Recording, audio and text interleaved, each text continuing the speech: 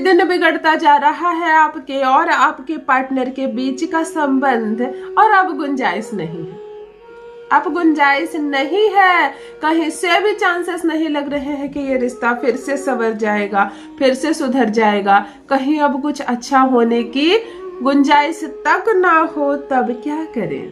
तेरी बहनें उदास हो जाती है क्योंकि सच्चा प्रेम करती है वो अपने पति से, अपने पार्टनर से। लड़कों का प्रेम सच्चा नहीं होता, ये शब्द अच्छे नहीं है। मैंने उन पतियों को देखा है जो पत्नी धोखा दे के चली जाती है, और कब ये पुरुष माँ बन जाते हैं अपने बच्चों के, कब ये पुरुष अपने घर में अपनी बूढ़ी माँ की बहू बन जाते हैं। मतलब इसीलिए मैं कह नहीं सकती हूँ, अभी किसी का पक्ष लेने का जमाना ही नहीं रह गया, कौन अच्छा है कौन बुरा। बात केवल उनकी कर रही हूँ जिन लड़कियों को, जिन बहनों को धोखा दे रहे हैं उसके पति। मान सम्मान के साथ ब्याह कर लाते हैं, आरती उतारी जाती है लड़कियों की, तुम लक्ष्मी हो आज से इस घर की सारी जिम्मेदारी आज से तुम पर है। और फिर वो प्रेम कहाँ चला जाता है, फिर वो सम्मान कहाँ चला जाता है। कैसे भूल जाते हो कि वो तुम्हारी शुक्र है, वो तुम्हारी पत्नी है, तुम्हारा मान सम्मान है। कोई लड़का बहुत साल तक कुंवारे रह जाता है ना, फिर देखो रूम रेंट लेने के लिए भी जाता है ना, तो उसकी आभा फीकी पड़ जाती है। कहते तुम्हारी शादी नहीं हुई, रूम नहीं मिलेगा। कोई किसी की शादी नहीं हुई है, वो बार बार आपके घर भी आए ना, तो आप कहोगे हमारे घर में बहनें हैं, बेटियां हैं, इसको आने मत दो, बैचलर है ना।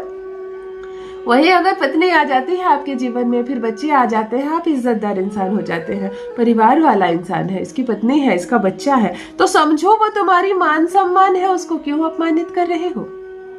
यदि बात बात पर आपका पति आपको रुलाता है, तरसाता है, चीजों के लिए पैसे नहीं देता है, खर्च नहीं करता आप पर, झगड़े करता है, लड़ाइयां करता है और आपकी कद्र नहीं करता है, तुम मायके चले जाओ, वहीं रहो, मुझे तुमसे प्रेम नहीं है, मैं तुमसे तलाक चाहता हूँ, ये रिश्ता अब मुझे मंजूर नहीं है, मैं तुमको प्यार नहीं करता हूँ, इस तरह की बातें यदि बार बार आप भी सुन रहे हैं, नहीं चाहिए आपको सोने का हार और हीरे का हार, आपको चाहिए अपने पति का थोड़ा सा प्यार, तो आज एक अद्भुत उपाय बताने जा रही हूँ।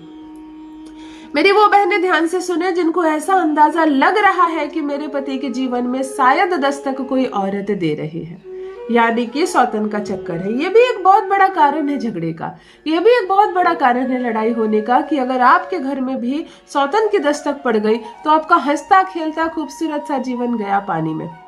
क्योंकि वो जो लड़की है वो शायद आपसे ज्यादा खूबसूरत है, उसके घर में बच्चे नहीं है, उसको ज्यादा जिम्मेदारियां नहीं है, वो बन सवर कर आती है और आपके पति को लुभाती है। आप क्या करें, घर संभाले कि तैयार होकर अपने पति को लुभाए।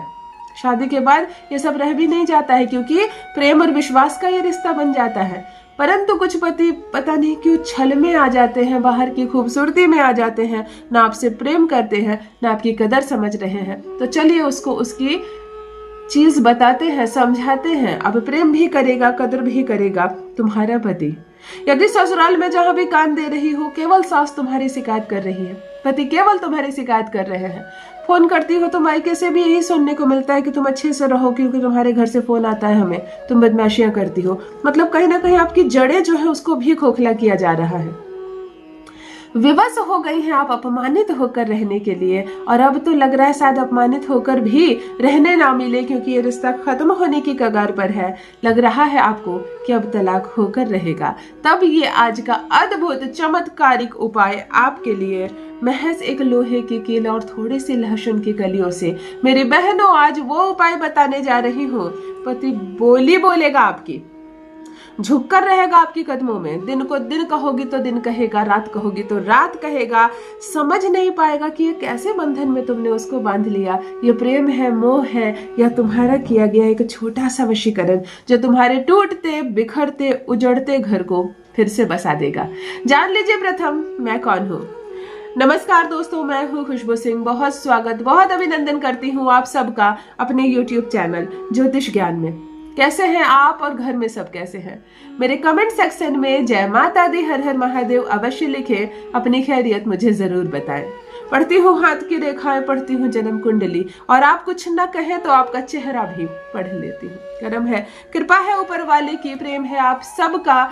जुड़िए ज्योतिष ज्ञान चैनल से। जो भी नए भाई बहन चैनल में पहली बार आए हो, मेरे वीडियो को पहली बार देख रहे हो, मुझसे प्रथम बार मिल रहे हो, चैनल से जुड़िए, सब्सक्राइब कीजिए, मेरे परिवार का हिस्सा बनिए।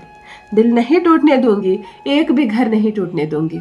तलाक के पेपर क्यों ना बनाया हो, स्वयं आपका पति आएगा, फाड़ कर फेंकेगा और सम्मान पूर्वक आपको अपने घर लेकर जाएगा। डरो मत मेरी बहन, तलाक नहीं होगा, किसी कीमत पर नहीं।